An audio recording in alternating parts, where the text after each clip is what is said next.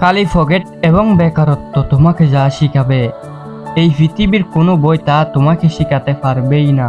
সন্তানকে উপহার না দিলে সেও হয়তো কিছুক্ষণ কান্না করবে, কিন্তু সংস্কার না দিলে সে সারা জীবন কান্না করবে। এক ফোঁটা লেবুর রস যেমন 1000 লিটার দুধকে নষ্ট করে দেয়, ঠিক তেমনি মানুষের অহংকার তার হাজারো গুণকে নষ্ট করে দেয়। মানুষ জ্ঞানের পরিচয় দেয় তার কথায়, যোগ্যতার পরিচয় দেয় তার কর্মে, এবং বংশের পরিচয় দেয় তার ব্যবহারে। মনে রেখো, সৌন্দর্য হয়তোবা একদিন তোমাকে ছেড়ে চলে যাবে, কিন্তু সুন্দর জ্ঞান চিরদিন তোমাকে সাথ দেবে, তোমার পাশে থাকবে। কিছু কিছু মানুষ নিজেকে নিয়ে প্রচুর অহংকার করে বয়ে বেড়ায়, কিন্তু তারা হয়তো জানে না ফুলের সৌরভ এবং মানুষের গৌরব বেশি দিন থাকে না। আমাদের এটা কোনোদিনও ভুলে যাওয়া উচিত নয়। এই জগতে কোনো কিছু চিরস্থায়ী নয়, এমনকি আমাদের সমস্যাগুলোও নয়। অতিরিক্ত খুশি থাকার কথা এবং অতিরিক্ত কষ্টে থাকার কথা কখনো কাউকে বলো না, কারণ মানুষ খুশিতে নজর লাগায় আর কষ্টে মানুষ লবণ লাগায়। হ্যাঁ, জীবন জ্ঞানের কাছে একটি উপহার আর বোকার কাছে একটি নাটক। সব সময় হাসি খুশি থাকার চেষ্টা করো, এতে তোমার কাছের মানুষগুলো তোমাকে দেখে অনেক খুশি হবে আর তোমার শত্রুগুলো কষ্ট পাবে। মানুষ অন্যজনদের থেকে পাওয়া সম্মান এবং আপনজনদের থেকে পাওয়া কষ্ট কখনো ভুলতে পারে না। দেখবে, যে জিনিসটা আমাদের কাছে থাকে না সেই জিনিসটা আমরা পেতে চাই, আর যেটা আমাদের কাছে থাকে আমরা সেটাকে অবহেলা করে যাই। স্বাস্থ্য, সম্পত্তি, ক্ষমতা, ভালোবাসা, এই 4টি জিনিস নিয়ে কখনো অহংকার করো না, কারণ এইগুলো সব সময়ই আজ তোমার কাছে আছে, তবে কাল নাও থাকতে পারে। এই পৃথিবীতে আমরাই নাকি শ্রেষ্ঠ জাতি। 100 টাকার সুরকে গাছে বাঁধি আর 1 কোটি টাকার সুরকে সার ডাকি। টাকার ঋণ এক সময় পরিশোধ করা যায়, কিন্তু দুঃসময়ে যারা পাশে থাকে তাদের ঋণ কখনো শোধ করা যায় না। টেনশন এবং মানসিক চাপে তারাই থাকে যারা নিজের সে অন্যের কথা একটু বেশি ভাবে। জীবন নামের অচেনা গলিতে অনেকটা পথ চলার পর এটাই বুঝতে পারলাম, এই পৃথিবীতে কেউ কারো নয়। আর সত্যিই তো, তোমার হিসাবের দিনেও কেউ তোমার পাশে থাকবে না, হয়তোবা দেরিতে, তবে একটা সময়ের পর আমরাই নিজেরা বুঝতে পারি তর্ক করার সে নীরব থাকাটাই ভালো।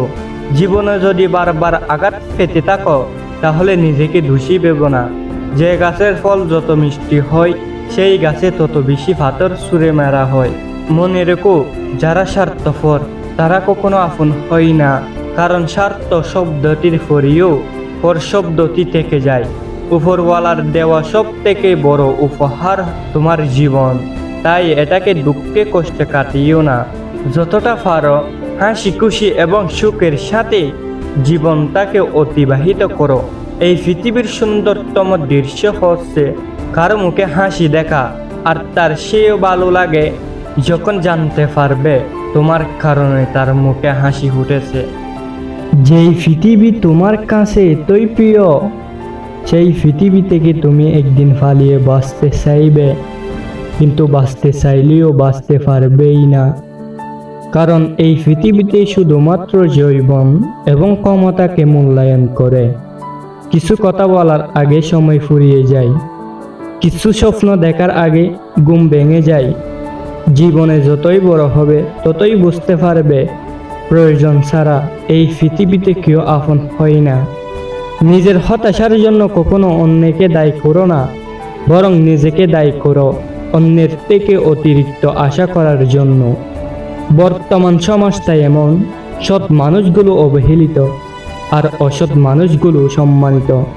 যে ব্যক্তি তোমার সামনে এসে অন্যের সমালোচনা করে তুমি তাকে কখনো বিশ্বাস করো না, কারণ সে আবার অন্যের সামনে তোমার সমালোচনা করবে। কতটা পথ একসাথে চললেই একটা মানুষকে ঠিকমতো চেনা যায় অথবা জানা যায়, হয়তোবা সারা জীবনেও না।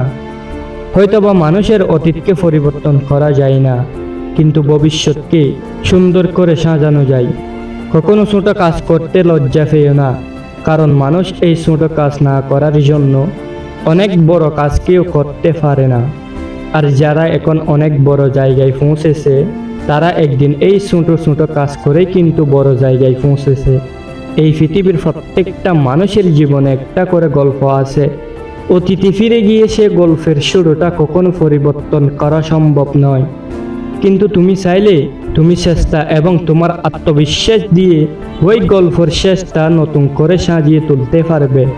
মনে রেখো, খারাপ পরিস্থিতি আমাদের যতটাই কষ্ট দেয় তার সে অনেক শক্তিশালী করে তোলে।